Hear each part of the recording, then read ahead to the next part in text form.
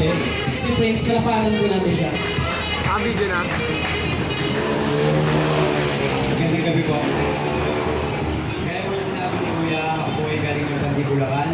Ako po si Prince Gerald de los Santos. Tinahali ko ang tulong ito para sa mga tao na hindi makita ang kanilang halaga. Hindi nasuklian ang pagmamahal. Hindi makita ang sarili.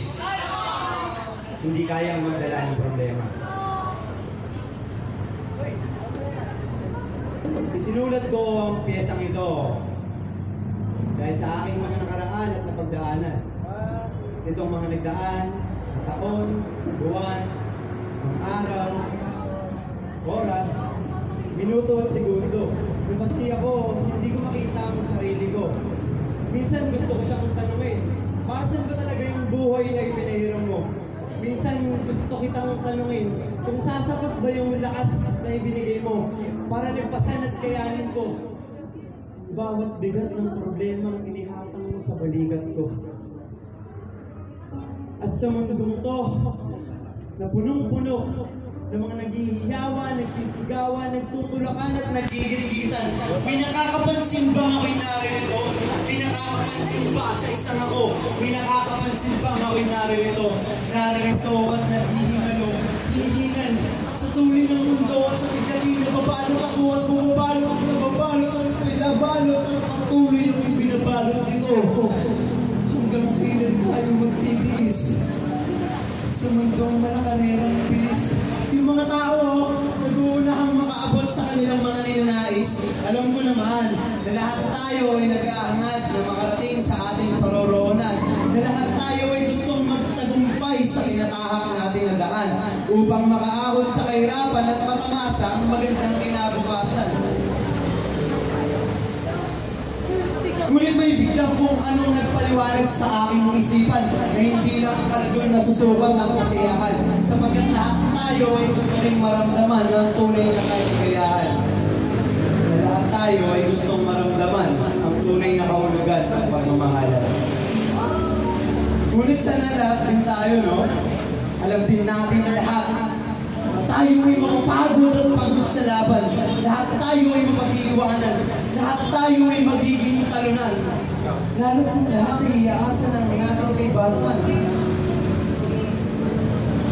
Lahat tayo ay sangkot sa kaguluhan.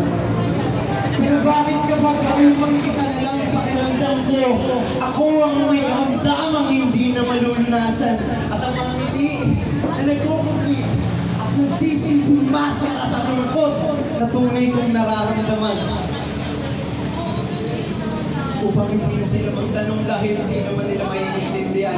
Oo nga, may mga tao na handa akong pakinggan, pero hindi naman lahat kaya akong maintindihan.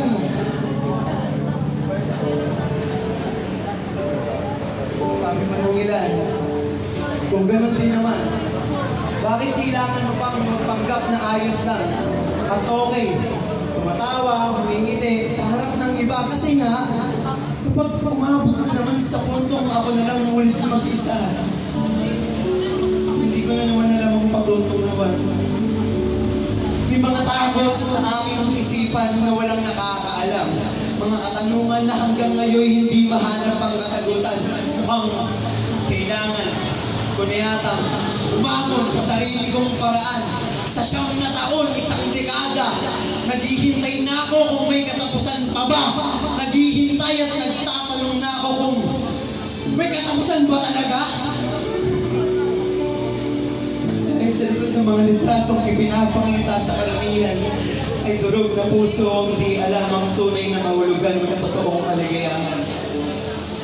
At ang tanong na natitira sa puso at isip ko ay hanggang kailan, bakit ako? Bakit ba lahat ay kailangan masangkot sa kaguluhan na ito? Ang hirap pag-uway sa mundo. Ngayon, may nakakapansin bang ako'y naririto? Salamat.